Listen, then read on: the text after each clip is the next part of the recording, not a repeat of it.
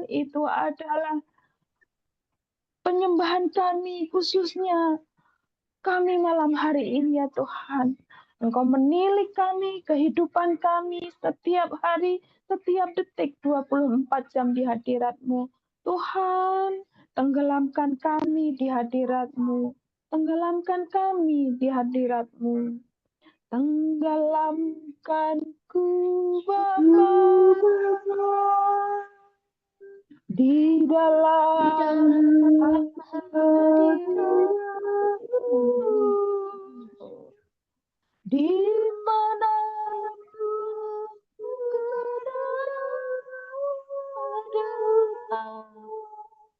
setiap waktu ku akhiri jalanku di dalam hadirat-Mu. Perhentian yang sempurna, hadirat-Mu Bapa. Tak ku berpaling, tak ku berpaling dari hadirat-Mu, tetap di dalam kini selamanya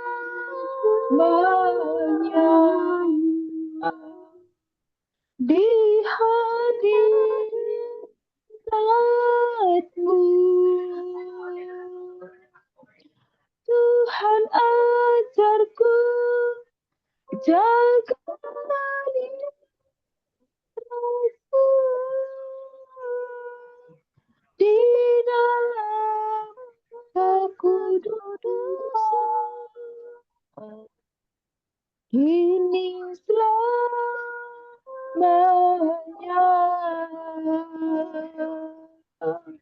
di hadirat-Mu. Mari kita dari awal. Tenggelamkanku Bapa. Semakin kita tenggelam menyembah dan memuji Bapa kita. Tenggelamkanku Bapa di dalam hadirat-Mu, di mana ku berada, setiap waktu ku akhiri jalanku di dalam hadirat-Mu.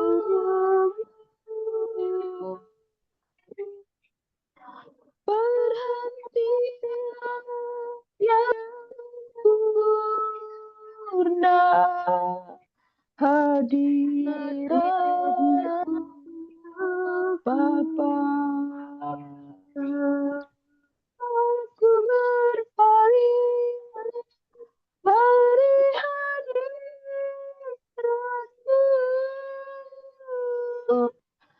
tetap tinggal dalam kini selamanya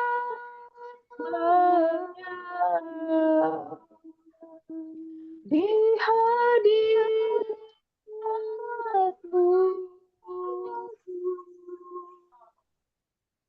Tuhan ajarku jaga hadirat-Mu di dalam kekudusan kini selamanya di hadirat-Mu kini selamanya.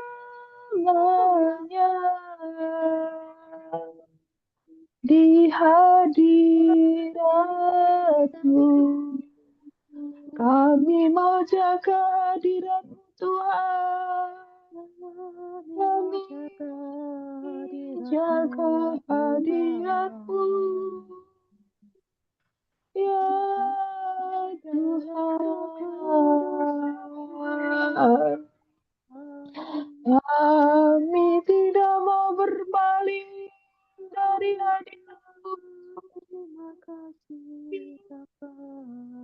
Mau berpaling. Haleluya.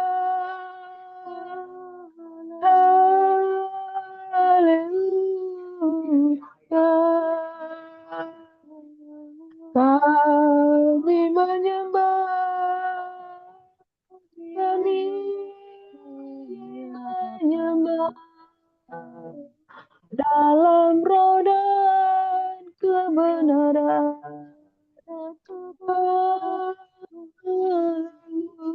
Haleluya.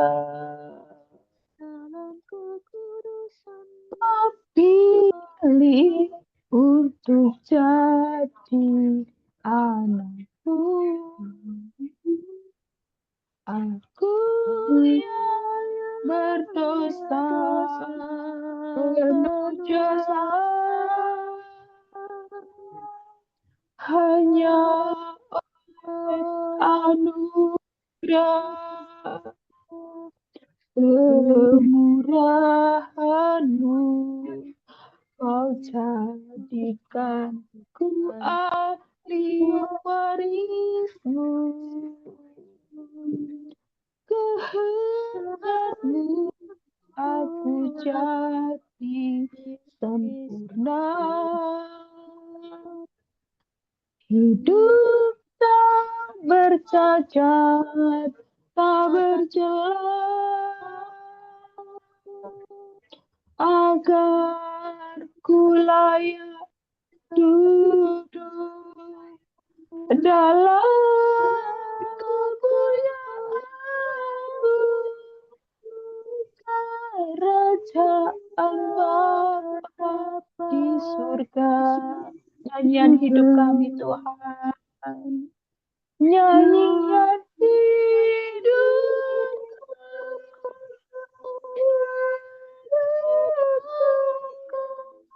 saudara sairamaku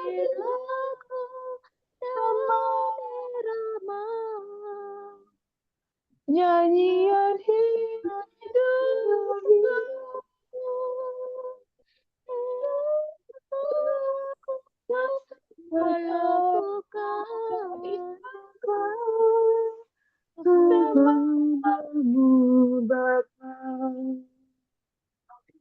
nyanyian hidupku, hidupku melakukan kehendak-Mu Bapa. Mari kita semakin mendalam dan mendalam. Lagu ini bukan hanya pujian saja, tapi kita harus menghidupinya. Kau pilih untuk jadi anakku. Aku yang berdosa, bercela, hanya oleh anugerah kemurahan-Mu. Kau jadikanku ahli waris-Mu. Kehendak-Mu aku jadi sempurna. Hidup tak bercacat, tak bercela, agar ku hidup dalam kemuliaan-Mu, kerajaan Bapa di surga. Hidup kami Tuhan, nyanyian hidupku, hidupku, saudara iraku dan irama, nyanyian hidupku, hidupku, melakukan kehendak-Mu Bapa, melakukan kehendak-Mu Bapa. Haleluya, haleluya. Kami mau melakukan kehendak-Mu Bapa. Kami mau melakukan kehendak-Mu. Malam hari ini ya Tuhan, kami datang memuji dan menyembah. Engkau menilik hati kami, Engkau menilik hati kami yang paling dalam. Haleluya, haleluya.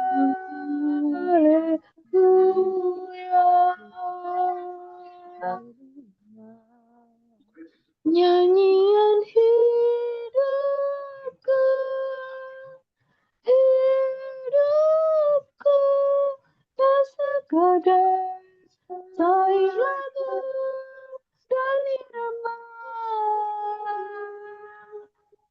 Nyanyian hidupku, hidupku, melakukan kehendak-Mu Bapa, melakukan kehendak-Mu Bapa. Terima kasih Tuhan, terima kasih. Maaf, hari ini saya mau bertanya pada Mbak Lisa, Pak Erik gimana? Sudah Udah hadir. Mbak. Sudah hadir. Udah masuk. Tambah serahkan untuk Bapak Malam. Erik. Sudah Malah hadir. jadikan kos-kos Mbak Wina. Mana? Pak Erik. Jadikan kos-kos Pak Erik. Loh, kohosnya kan ke siapa? Yang Saya jadi dong. host kan kamu. Aku kaki keluar. Manggil Pak Erik. Walah. Tak kira Pak Erik belum ada. Oh udah masuk. Ya silakan. Udah Udah Salam. masuk. Udah. Tapi masih unmute. Silakan Pak Erik. Shalom Ibu. Oh, shalom Halo. Pak Erik, malam. Ya. Yuk kita bersatu dalam doa dulu ya. Engkaulah yang menjadi nyanyian dalam kehidupan kami. Engkaulah yang menjadi bagian dalam kehidupan kami Tuhan. Ajar kami untuk menjalani kehidupan kami dengan bijaksana. Engkau Allah yang menuntun kami, Bapa kami Elohim Yahweh di dalam nama-Mu Tuhan Yesus. Engkaulah gembala yang baik dalam kehidupan kami. Bahwa kami boleh sampai hari ini sampai ada. Semua karena kasih setia-Mu, semua karena kebaikan-Mu, semua karena anugerah-Mu Tuhan. Malam hari ini Tuhan, kami mau mendengarkan firman-Mu, urapi kami semua, urapi hamba yang akan menyampaikan kebenaran-Mu, dan biarlah bukan hamba yang berkata-kata, tapi Engkau yang sendiri yang berkata kepada kami. Apa yang menjadi kerinduan-Mu Tuhan taruh dalam kehidupan kami semua. Nah, di dalam nama Tuhan Yesus Kristus, kami siap mendengarkan firman-Mu Tuhan. Amin. Ya, salam, selamat malam, Ibu semua, Halo. Bapak Ibu, saudara semua ya. Ya, hari ini saya membawakan sharing firman Tuhan tentang kekosongan hidup. Ini satu hal yang mungkin di antara kita semua pernah mengalami bagaimana kita menjalani kehidupan ini kok seperti hampa ya. Kayak apa yang kita lakukan, apa yang kita miliki kok jadi enggak bermakna. Jadi satu hal kok masih belum ketemu ya apa yang menjadi keinginan kita. Kita seringkali berpikir bahwa apa yang kita udah lakukan, wah ini akan menjadi suatu hal yang ini tujuan hidup saya. Oh, di saat kita melakukan ini, kita udah berpikir, oh ini yang menjadi kerinduannya Tuhan. Tapi pas diselidikin, pas dalam perjalanan kehidupan kita, kok masih terasa kosong di dalam kehidupan kita. Kita merasa berpikir, kok kayak saya merasa sendiri ya dalam dunia ini. Kok saya merasa, kok saya nggak nihil. Saya merasa sia-sia melakukan segala sesuatu. Saya merasa kok apa yang saya lakukan, kok membuat saya kok selalu berpikir saya gagal. Saya menjadi tetap orang yang nggak berarti, nggak bermakna. Tuh apa yang saya lakukan kok merasa kok orang nggak menghargai. Sehingga saya tuh menjadi kosong. Makanya di dalam diri kita, Bapak Ibu semua ya, saya membagi 3 spesifik dalam kehidupan kita. Kenapa kita bisa mengalami kekosongan hidup? Pertama, dalam kehidupan kita itu, kita mau bahas tentang tubuh. Tubuh kita ini selalu akan menjadi tujuan utama dalam kehidupan kita. Orang akan berlomba-lomba bagaimana tubuhnya itu mendapatkan hal yang terbaik, mendapatkan hal yang puas, mendapatkan hal yang sesuai dengan keinginannya. Makanya di saat ada orang yang merasa dirinya masih kurang, dia akan berusaha untuk memperbaikinya. Di saat ada orang merasa dia belum kaya, dia berusaha bagaimana untuk jadi kaya. Di saat seorang belum menjadi terkenal, dia berusaha untuk bagaimana dirinya menjadi terkenal. Di saat dia merasa dirinya kok kehidupan saya kok masih kayak gini aja, dia akan berusaha bagaimana menyenangkan bagian dalam tubuhnya. Maka banyak orang berlomba-lomba untuk memperbaiki apa yang menjadi bagian dalam tubuhnya. Tampilan luarnya. Berlomba-lomba bagaimana supaya orang lain melihat dirinya tuh berharga. Yang kurang ganteng dibuat menjadi super ganteng banget. Yang kurang cantik dibikin lebih cantik lagi seperti artis-artis. Karena apa? Mereka tujuannya menjadi tubuhnya itu. Tapi mereka lupa kalau tubuh itu bukan suatu hal yang utama. Betul, kita harus makan. Kita harus menjalani kehidupan ini dengan tubuh kita. Tapi itu bukan menjadi sebuah prioritas dalam kehidupan kita, menjadi hal yang utama. Kalau itu yang menjadi utama, kita akan bersenggolan kepada hal yang kedua, Bapak Ibu semua, yaitu jiwa. Kalau tadi kita bicara soal tubuh, sekarang bicara soal jiwa. Di saat tubuh itu merasa enggak puas, jiwa ini akan terganggu. Makanya banyak orang menjadi takut, banyak orang akan menjadi anxiety, kecemasan yang berlebihan, orang lain akan merasa gagal, orang lain merasa kok enggak berarti. Bapak Ibu semua bayangkan ya, dalam survei membuktikan, mengatakan bahwa setiap 14 detik, setiap hari, 14 detik, tiap hari, ada orang yang ingin bunuh diri. 14 detik, setiap kita itu 14 detik setiap hari, itu ada orang seluruh dunia ingin bunuh diri. Betapa hal orang tuh merasa hidupannya nggak berarti. Kemarin lagi heboh di Probolinggo, tiba-tiba orang berdiri di depan rel kereta api. Orang udah panggil-panggil, tau-tau dia sengajakan dirinya ditabrak. Cuma masalah dia nggak bisa ngomong dengan anaknya. Dia berpisah sama istrinya. Betapa hal, bukan cuma itu aja, banyak hal lagi di dalam dunia ini yang menggambarkan kejiwaan seorang itu terganggu. Karena balik lagi, pusatnya kepada tubuh. Di saat saudara dan saya berpusatnya kepada tubuh saja, pasti akan terganggu dalam jiwa kita. Di saat tubuh kita bersenggolan nggak pas, nggak match dengan kehidupan kita, kita akan merasa kok kayak gini.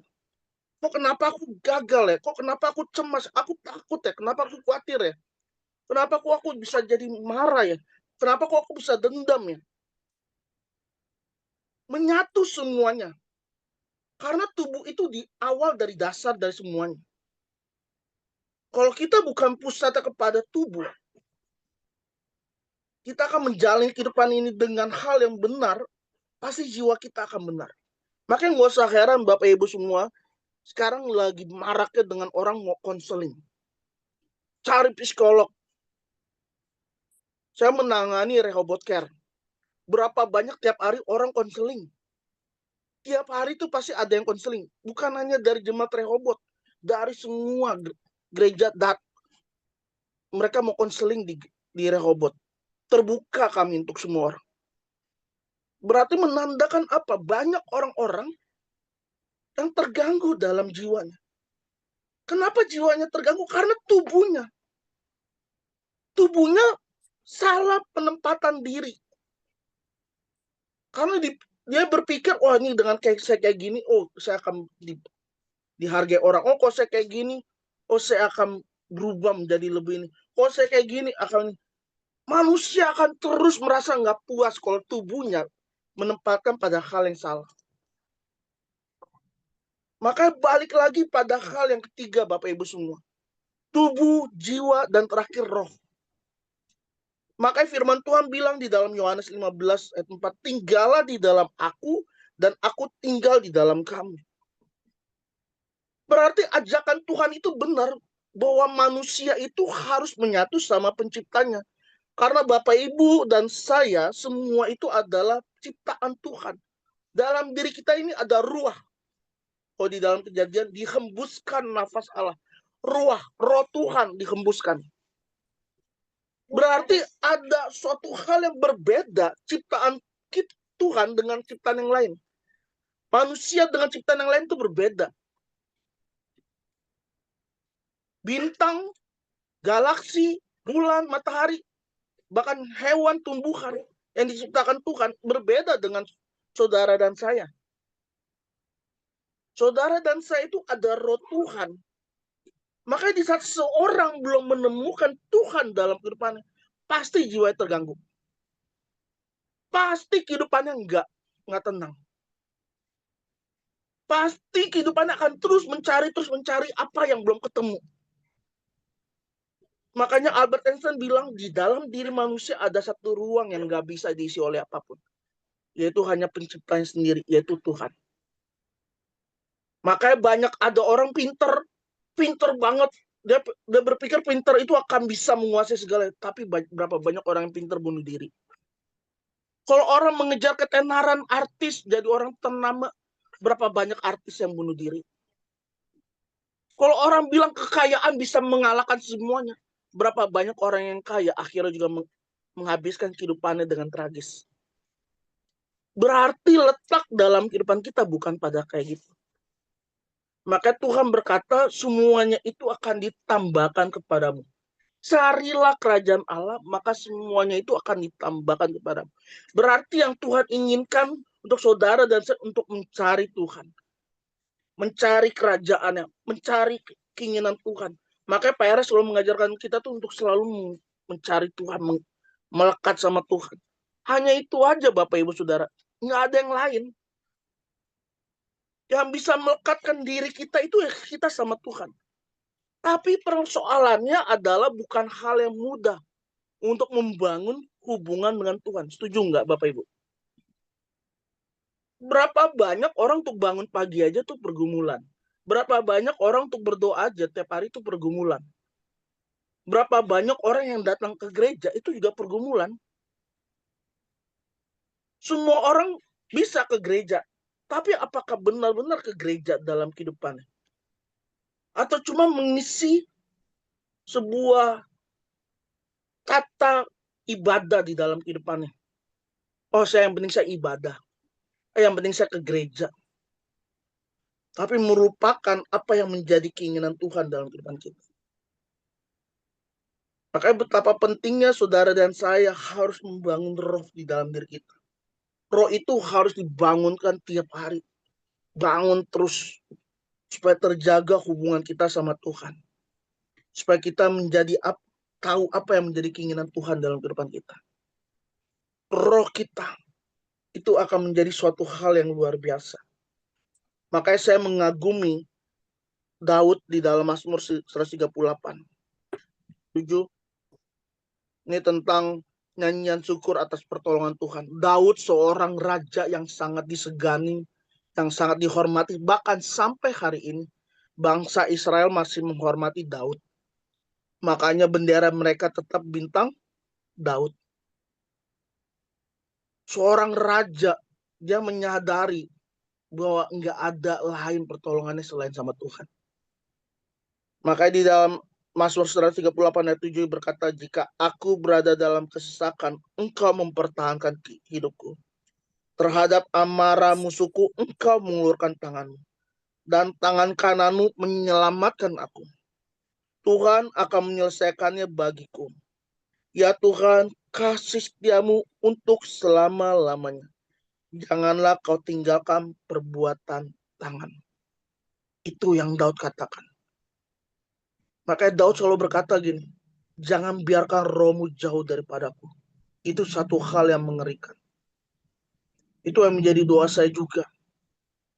Itu yang juga Pak Eres juga ajarkan kepada kita. Yang paling tragis dalam kehidupan kita adalah keterpisahan kita sama Tuhan. Bukan pada hal yang lain, tapi terpisah kita sama Tuhan. Itu tragis, Bang. Kalau kita udah terpisah sama Tuhan, kita mau buat apa lagi? Makanya saudara boleh kehilangan apapun. Saudara boleh ditinggalkan oleh siapapun. Tapi jangan biarkan roh Tuhan jauh daripadamu. Jangan biarkan Tuhan meninggalkan engkau. Jangan biarkan kita berusaha untuk lari dari Tuhan. Kita berusaha untuk bilang, Tuhan aku bisa sendiri. Tuhan aku bisa kok tanpa Tuhan. No. Manusia nggak bisa apa-apa tanpa Tuhan. Kenapa saya bilang nggak bisa apa-apa? Karena manusia tidak akan pernah tahu hari esoknya dalam kehidupannya. Manusia tidak akan pernah tahu 5 detik ke depannya dalam kehidupannya. 10 menit ke depannya. Bahkan esok hari dalam kehidupan manusia nggak akan pernah tahu.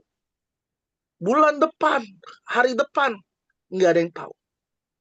Dan satu lagi manusia, sepintar apapun, sehebat apapun di dalam dunia ini, dia nggak akan pernah bisa mengubah hari yang telah berlalu. Waktu yang sudah lewat nggak akan bisa terulang. Nggak akan bisa terulang. Siapa manusia di muka bumi ini yang bisa mengatur ulang waktu? Siapa manusia pintar saat ini? Nggak ada satupun. Manusia boleh menciptakan teknologi-teknologi yang hebat. Yang sampai kita terkesima, wow, kok bisa kayak gini? Manusia bisa menciptakan AI. Orang mau buat apa ya sekarang AI? Sekarang seluruh dunia lagi berlomba-lomba bagaimana buat robot seperti manusia. Kalau kemarin Norwegia sudah melepaskan robot untuk pekerjaan rumah tangga. Cina juga sama berlomba-lomba semua. Tapi saya cuma mau katakan satu hal. Manusia boleh menciptakan banyak hal yang canggih. Tapi manusia nggak akan pernah bisa mengubah hari yang telah berlalu dalam kehidupan. Karena hari yang telah berlalu, waktu berbicara tentang Tuhan. Waktu itu punya Tuhan. Makanya ada Kronos dan Kairos. Kronos bagaimana kita menjalani kronologi dalam kehidupan kita. Hari-hari yang kita jalani, yang kita lewati. Dan itu akan menjadi Kairosnya Tuhan. Ada Tuhan di situ. Bahkan ada hal yang nggak bisa kita sentuh.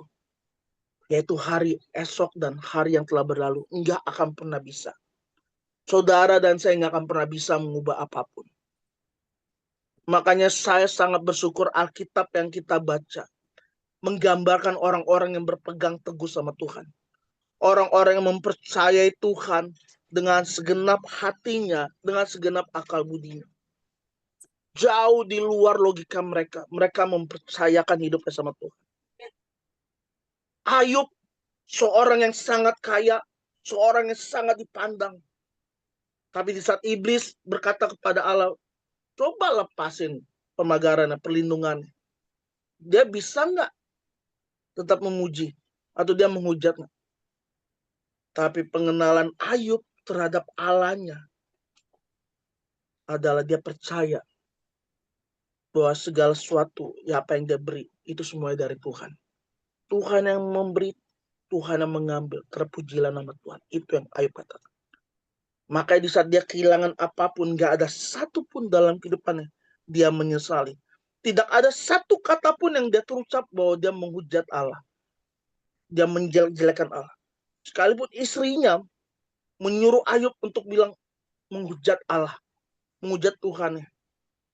Karena semuanya telah habis. Tapi Ayub, saya lihat orang yang bukan hidup di dalam tubuhnya saja. Kalau tadi kita belajar tubuh, jiwa, dan roh. Ayub tidak memandang tubuhnya itu menjadi suatu hal yang luar biasa. Menjadi suatu hal yang harus dibangga-banggakan, diagung-agungkan. Makanya di saat anak-anaknya berbuat dosa, Ayub langsung membakar persembahan kepada Tuhan. Ayub tahu bahwa segala sesuatunya akan bisa hilang. Segala sesuatunya bisa habis. Tapi di saat dia percaya sama Tuhan, tidak ada satupun yang dipermalukan oleh Tuhan dalam kehidupannya. Makanya malam hari ini Bapak Ibu Saudara semua, kita bicara dalam hati kita. Sudahkah kita mengisi Tuhan dalam kehidupan kita? Sudahkah Tuhan ditempatkan dalam posisi yang benar? Sudahkah kita terus berjuang enggak untuk menghidupi Tuhan? Nggak gampang, saya juga sama. Kita ini akan terus berjuang Bapak Ibu Saudara sampai mata menutup. Nggak ada satu manusia pun bilang, oh saya udah bisa kok. No. Jangan pernah memegahkan diri kita. Tapi megahkan Tuhan dalam kehidupan kita. Kita mau bangga, oh saya pelajari semua Pak Era, saya pelajari tentang ini bagaimana. Enggak. Kita bisa pelajari. Tapi kita tetap tunduk sama Tuhan. Karena kenapa kita punya musuh? Yaitu iblis. Yang mencoba merusak. Dia mencoba mencuri, membunuh, dan membinasakan. Seolah-olah kita rohani, tapi sebenarnya kita lagi sombong rohani. Itu yang bahaya. Kita seolah-olah baik-baik aja, tapi kita sebenarnya lagi jauh sama Tuhan. Itu yang bahaya. Jadi malam hari ini, firman Tuhan ini saya mau bagikan kepada kita semua. Carilah Tuhan selalu dalam kehidupan kita. Sehingga kita tidak kosong. Apapun yang saudara hadapi, apapun yang kita lagi pergumulkan, bawa itu ke dalam tangan Tuhan. Masing-masing kita punya hal yang menjadi pemikiran, punya pergumulan. Saya percayalah, apa yang kita pikul, Tuhan mau pikul. Maka Tuhan mau kita berserah sepenuhnya sama Tuhan. Jangan menjadi manusia yang menggenggam seluruhnya. Kalau kita pegang sebuah pasir di tangan, makin digenggam pasir itu akan jatuh ke bawah. Lama-lama akan terhabis. Tapi kalau kita meletakkan pasir ke dalam dua tangan gini, tidak ada satupun pasir yang jatuh. Menandakan apa? Saudara dan saya harus berserah sama Tuhan.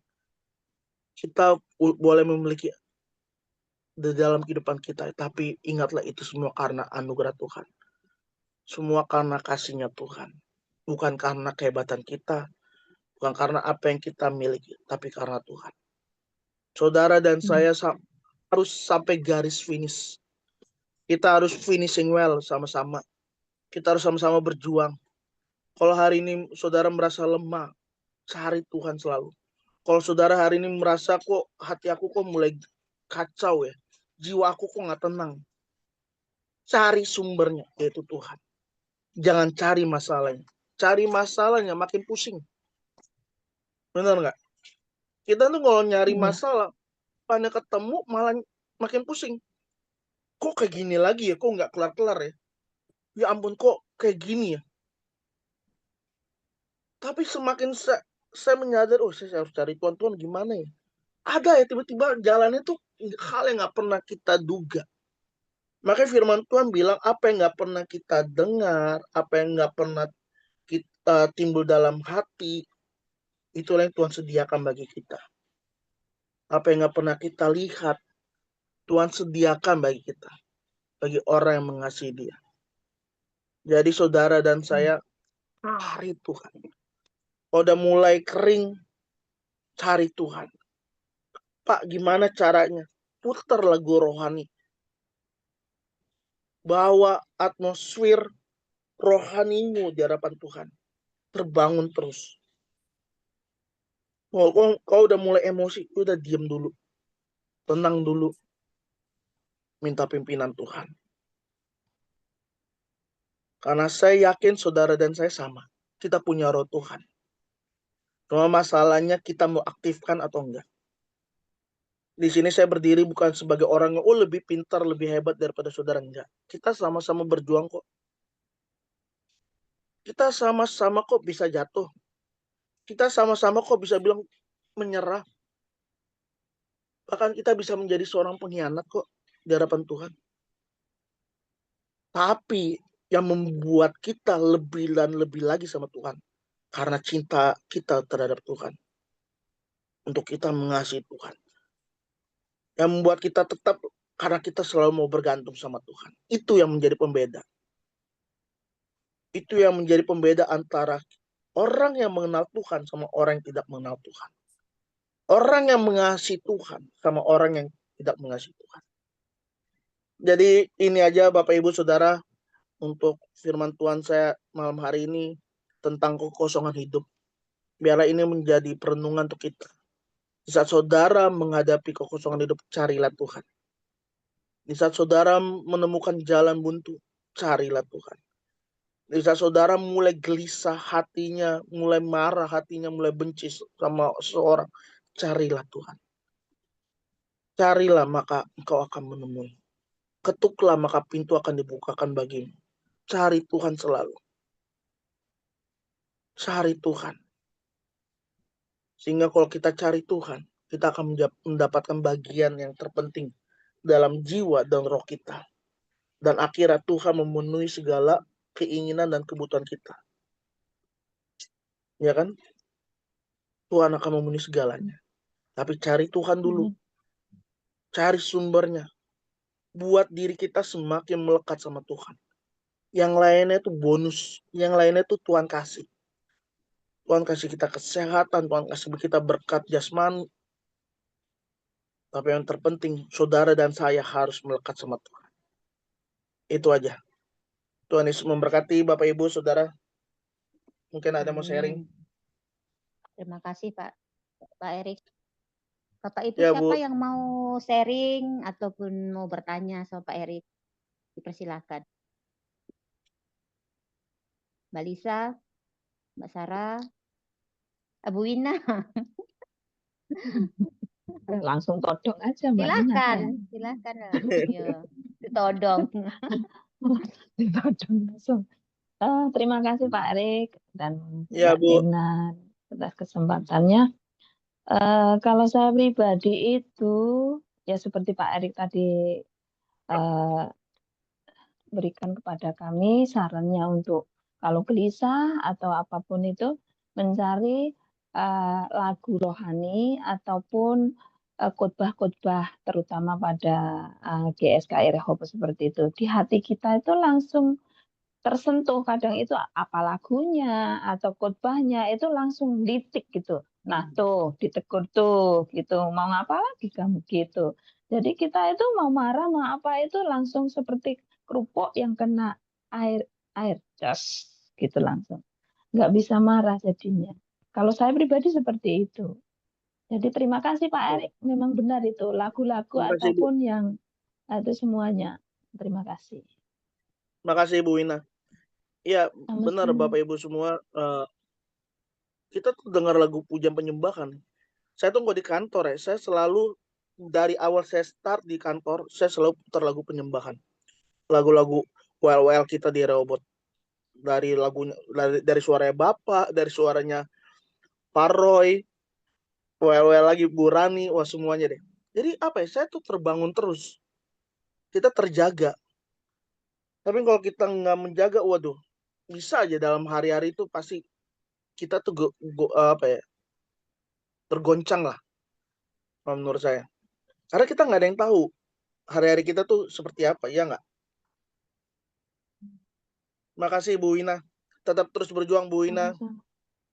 Iya, karena detik-detik ini kan saya lagi down Pak. Terus tenang waktu satu tahun orang tua semua ninggalin saya. Jadi ya begitulah. Betul Bu. Iya, jadi lagu-lagunya Bapak Eras itu kan mengenai kematian-kematian itu. Jadi kita nanti juga nyusul.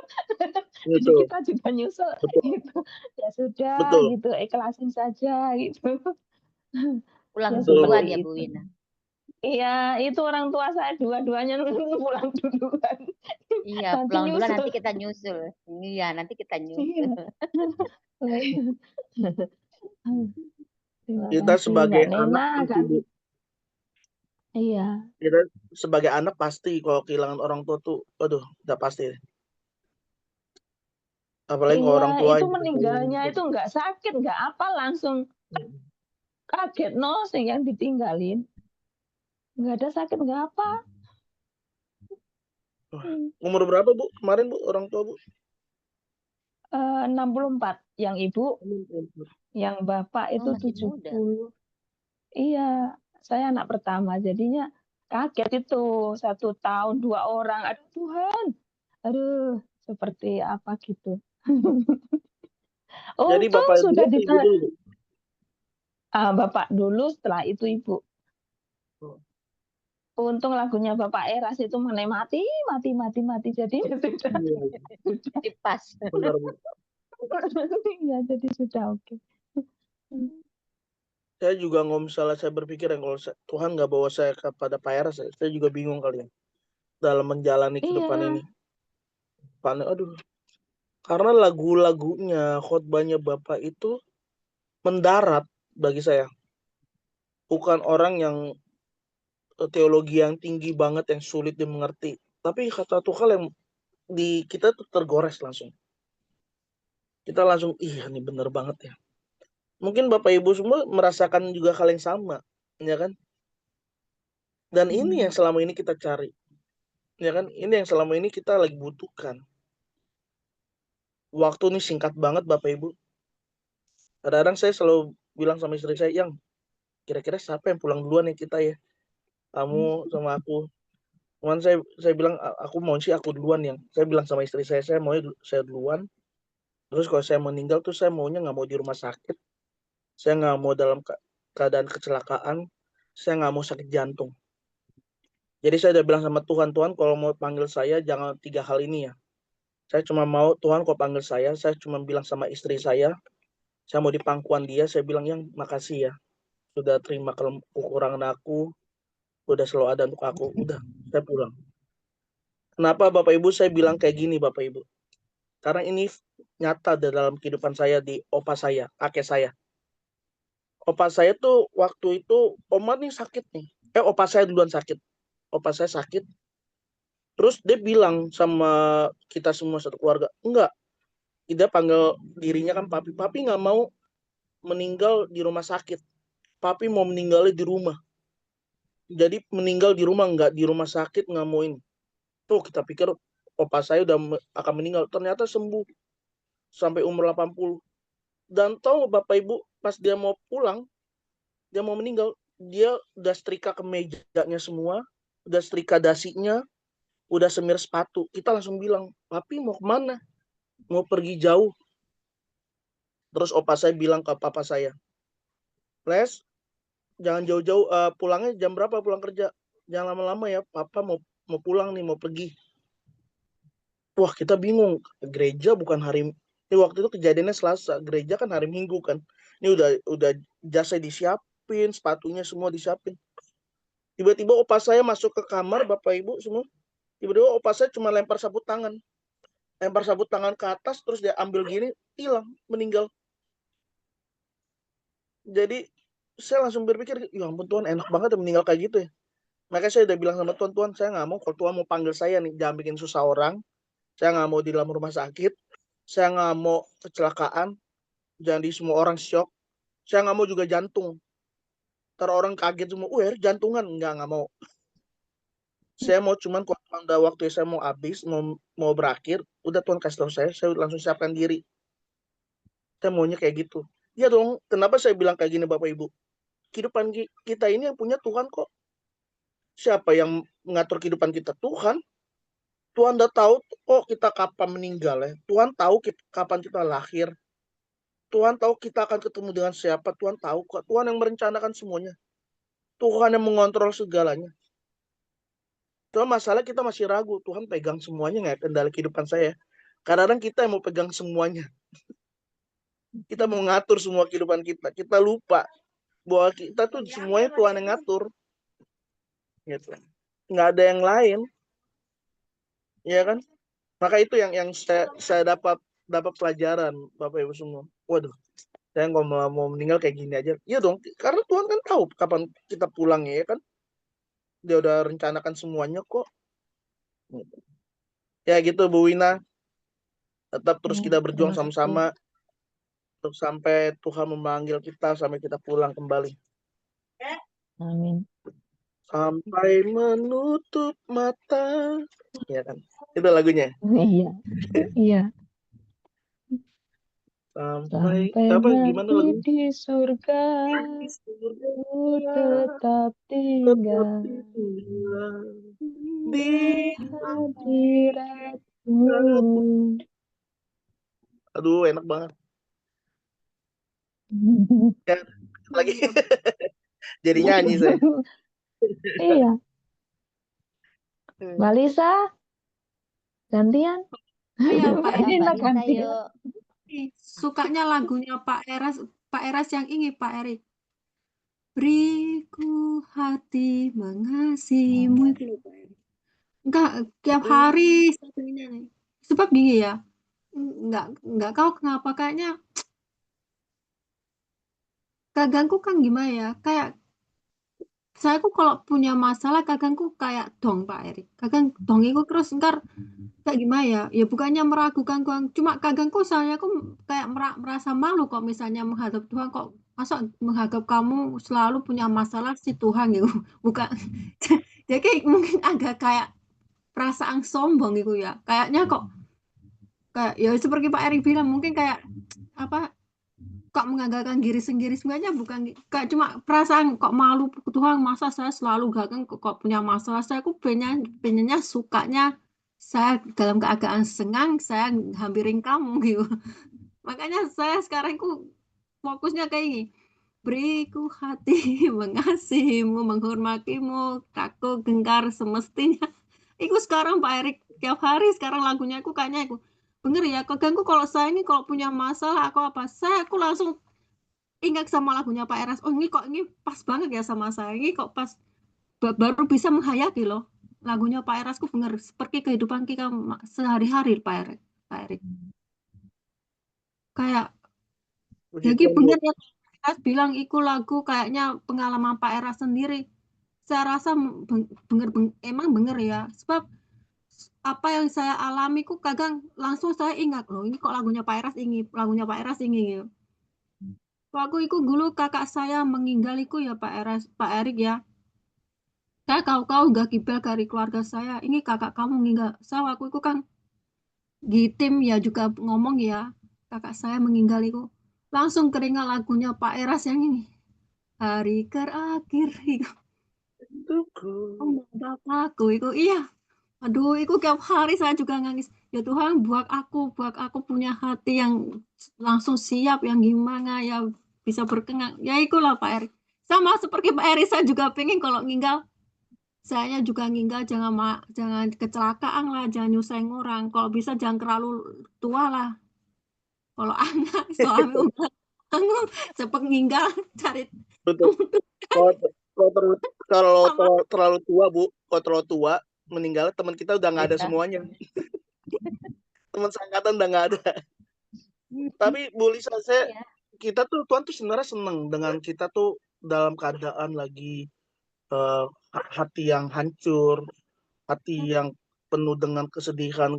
Karena Tuhan di dalam Mazmur 34 ayat 18, Tuhan itu dekat kepada orang-orang yang patah hati dan ia menyelamatkan orang-orang yang remuk jiwanya. Mazmur 34 ayat 18.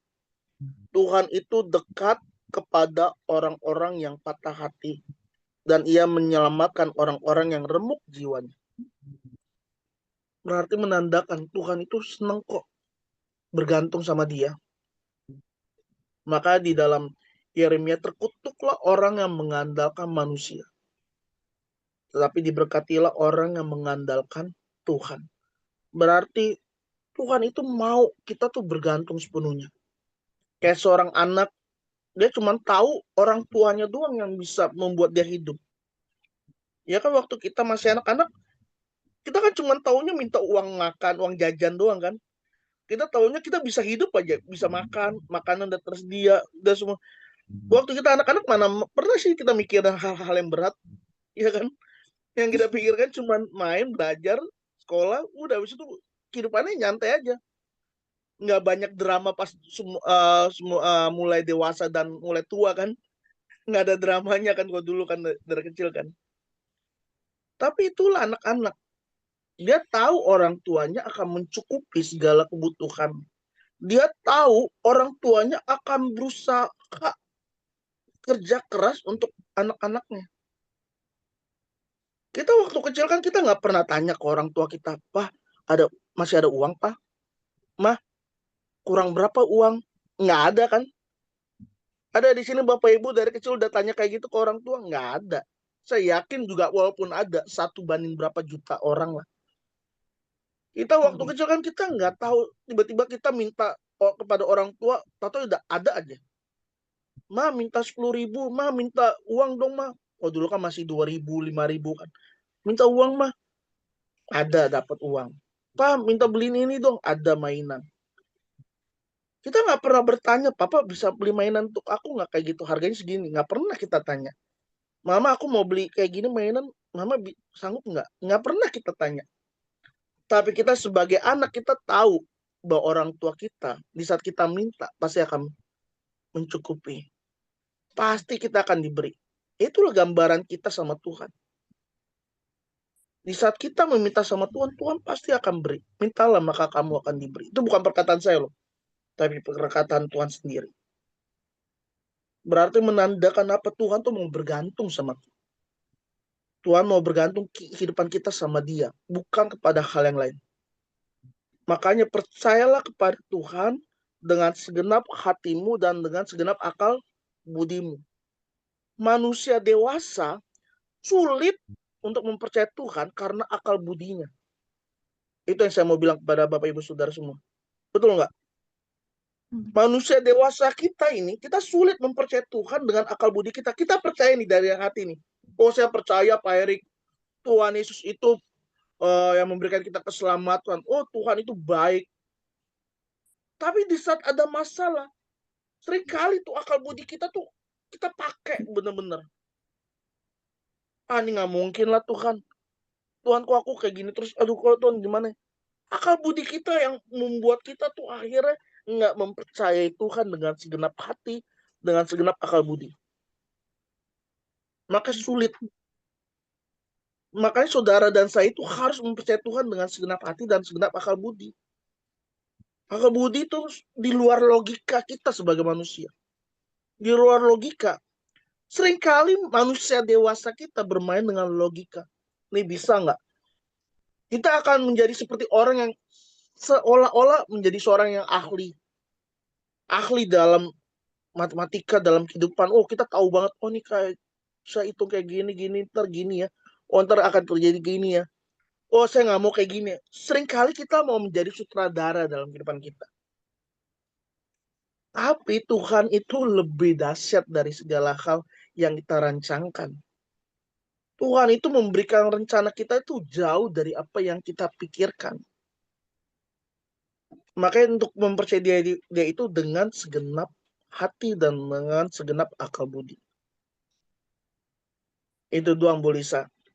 Ya, jadi Bu Lisa kalau hari ini bilang, "Pak, saya malu Pak, kalau malah datang pada Tuhan kayak ada masuk." Nggak apa-apa. Tuhan seneng, nangis, remuk hati. Kalau perlu kayak anak kecil yang nangis, yang benar-benar kayak nangis benar-benar. Iya. Tuhan didik saya waktu saya menjadi seorang ketua remaja di salah satu gereja. Saya lupa waktu itu umur saya masih berapa, masih 20-an. Jadi di saat itu saya jadi ketua remaja, tiba-tiba ibadah remaja itu akan ditiadakan, akan digabung sama ibadah pemuda.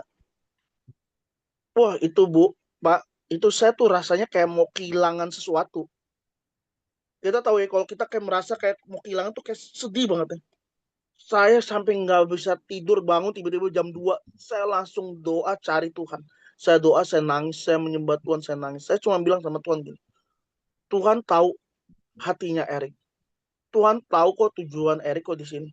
Erik nggak cari jabatan, nggak cari apa-apa. Kalau remaja mau dihilangkan nggak apa-apa. Tapi jiwa-jiwa itu jangan sampai terhilang. Oh saya nangis, menjerit kayak nangis anak kecil Bu. Oh saya nangis. Tapi benar, di saat saya berdoa kayak gitu, saya nangis. Tuhan bela saya. Sampai sekarang tuh remaja itu masih ada di gereja itu.